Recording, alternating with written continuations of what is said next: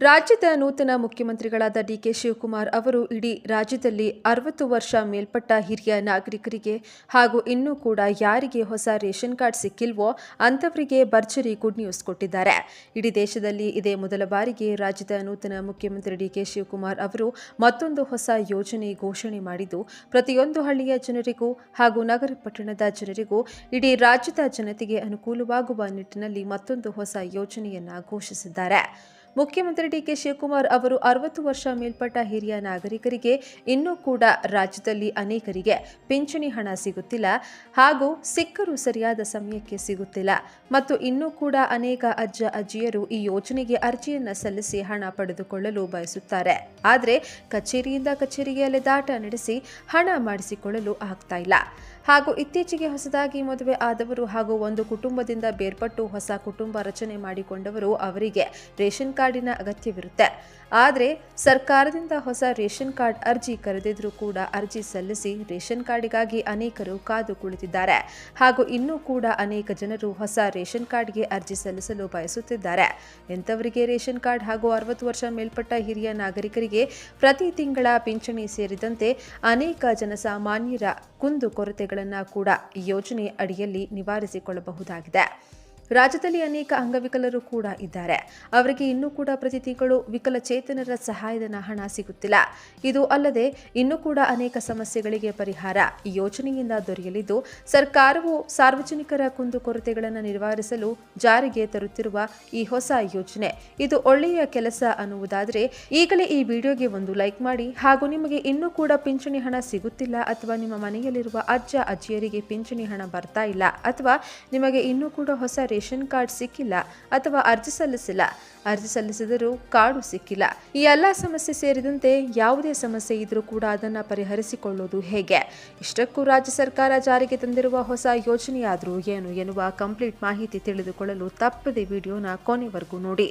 ವಿನೂತನ ಯೋಜನೆಯೊಂದನ್ನು ರೂಪಿಸಿದ್ದು ಕಾರ್ಯರೂಪಕ್ಕೆ ತರುವುದಕ್ಕೆ ಬೇಕಾದ ಎಲ್ಲ ಸಿದ್ಧತೆಗಳನ್ನು ಸಹ ಮಾಡಿಕೊಂಡಿವೆ.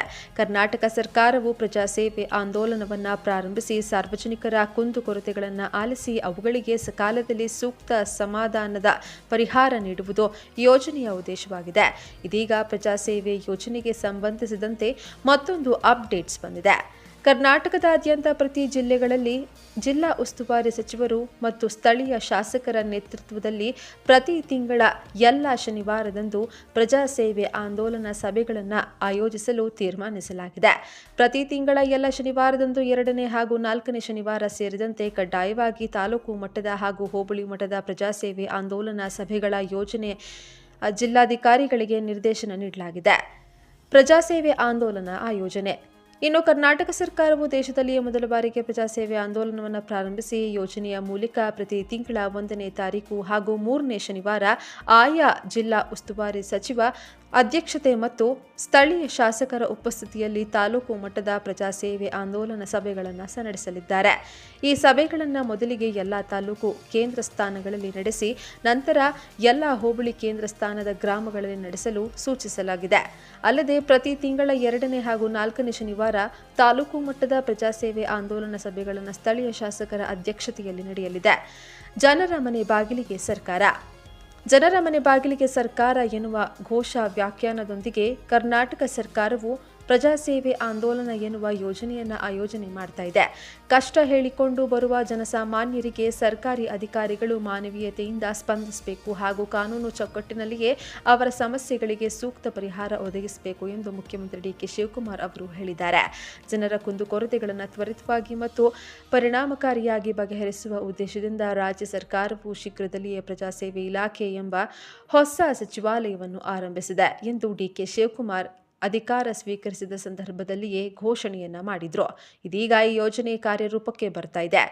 ಪ್ರಜಾಸೇವೆಯಲ್ಲಿ ಏನೆಲ್ಲ ಸೇವೆಗಳು ಇರಲಿವೆ? ಪ್ರಜಾಸೇವೆ ಆಂದೋಲನ ಯೋಜನೆ ಅಡಿಯಲ್ಲಿ ನೀವು ಸರ್ಕಾರದ ವಿವಿಧ ಯೋಜನೆಗಳಿಗೆ ಸಂಬಂಧಿಸಿದ ಸಮಸ್ಯೆಗಳನ್ನು ಪರಿಹರಿಸಿಕೊಳ್ಳಬಹುದು. ಮುಖ್ಯವಾಗಿ ರೇಷನ್ ಕಾರ್ಡ್ ಸಮಸ್ಯೆ, ಪಿಂಚಣಿ ಯೋಜನೆಗಳ ಸಮಸ್ಯೆ, ಪಹಣಿ ಸಮಸ್ಯೆಗಳು, ಖಾತೆ ಬದಲಾವಣೆ, ವಸತಿ ಯೋಜನೆ, ನಿವೇಶನ ಹಂಚಿಕೆ, ಗೃಹಲಕ್ಷ್ಮಿ ಹಾಗೂ ಗೃಹ ಜ್ಯೋತಿ ಹಾಗೂ ಪಂಚ ಗ್ಯಾರಂಟಿ ಯೋಜನೆ ಸೇರಿದಂತೆ ವಿವಿಧ ಯೋಜನೆಗಳಿಗೆ ಸಂಬಂಧಿಸಿದಂತೆ ಗೊಂದಲ ಅಥವಾ ಸಮಸ್ಯೆಗಳು ಇದ್ದರೆ ಜನಸಾಮಾನ್ಯರು ಪ್ರಜಾಸೇವೆಯ ಮೂಲಕ ಪರಿಹರಿಸಿಕೊಳ್ಳಬಹುದು ಎಂದು ಹೇಳಲಾಗಿದೆ.